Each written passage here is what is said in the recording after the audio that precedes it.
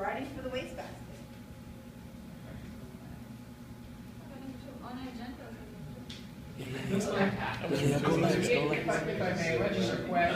If I may, let me request that I go last, please, because I'm practicing for the area contest, and mine should not be in competition with the other speeches. Smart man. I don't want to go after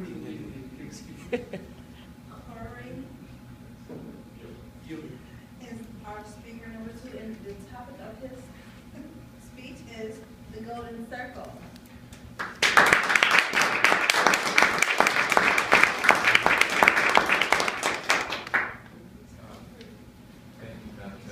First of all, I'm very glad I do not have to follow you. I was going to say that, Art, thank you for not letting me follow Tim. So, Toastmasters, a fellow guest, how do you explain why some organizations just seem to be more innovative than others? How do you explain why some leaders and their causes just seem to inspire? And you just seem to get it, that belief, that inspiration. I recently came across a marketing and business philosophy from a guy by the name of Simon Sinek. I know some of you have heard of him. I've just recently was tipped off to him by a friend of mine, and what I saw and what I've read and seen from him has really made a profound impact in the way that I communicate. I just recently started a new job. So I have to tell my story. We're all telling a story. But my story is impactful right now because I'm trying to sell. I'm trying to sell for a small organization. I'm trying to connect with people. So by connecting with people, I've got to know what I'm connecting about. And so Simon Sinek has a philosophy and a methodology in a book that's called Start With Why. And so what he has defined is something he calls the golden circle, and it looks like this. Why? How? What? So in his definition of this methodology, and the way that he's constructed his argument in defining this, he's telling us why inspired organization and inspired leaders and their causes communicate in a vastly different way from how most of us communicate. And as I took in this information, I realized what he was talking about. It was palpable. It was real to me. And so let me define what these terms are, and then we can go through them. All organizations out there know what they do. Everyone gets it. Everyone knows what they do. No problem there. Most organizations know how they do it. We learn that stuff in training. We learn our proprietary process. We learn our differentiating value proposition. We learn how we're doing things. How are we going to communicate and sell? But very few organizations know why they do it. And most people, you think, why? Well, they're doing it for profit. Well, actually, profit is more of a result. Profit is not why.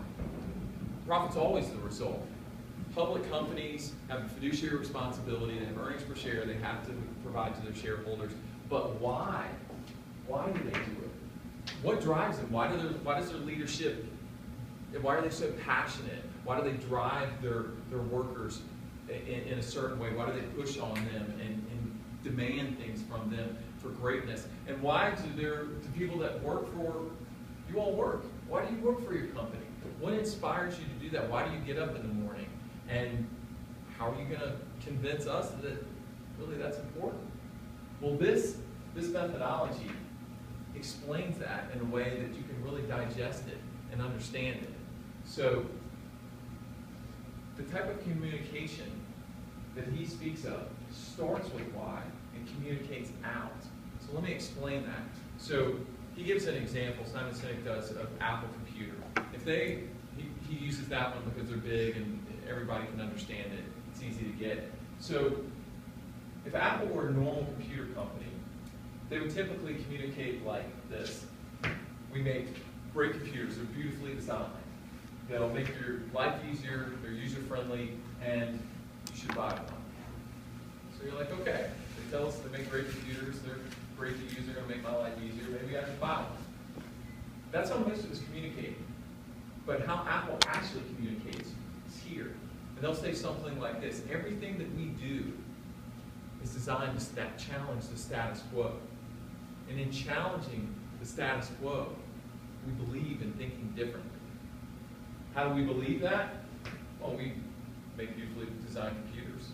They're easy to use, they're user-friendly, and they'll make your life better. You should buy them.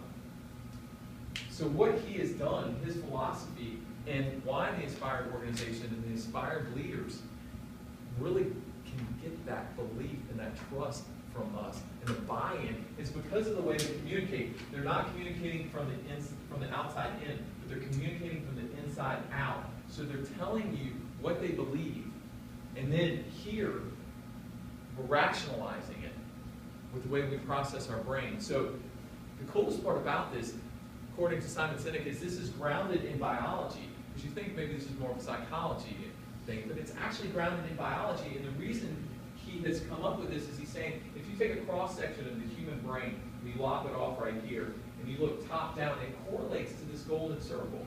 And so the neat thing about it is, to what level corresponds to the neocortex, which is responsible for like our rational thought, for our analytical thinking, how we process things, how we process features and benefits, and what the marketing message is, the bells and whistles, how do we process that? These two levels align, how they correlate to the limbic brain. And the limbic brain, that's where your belief comes from. That's where trust and loyalty come from. But it's got no capacity for language, the limbic brain. At what level the neocortex does. So when you're communicating from the inside out and you're starting with your beliefs, you're communicating directly to the part of the brain that drives behavior. So by starting here and by driving the behavior, you're really gaining what the limbic brain can do. It can gain you trust and loyalty. And so his culminating purpose of this is, in his message, is that people don't buy what you do, they buy why you do it.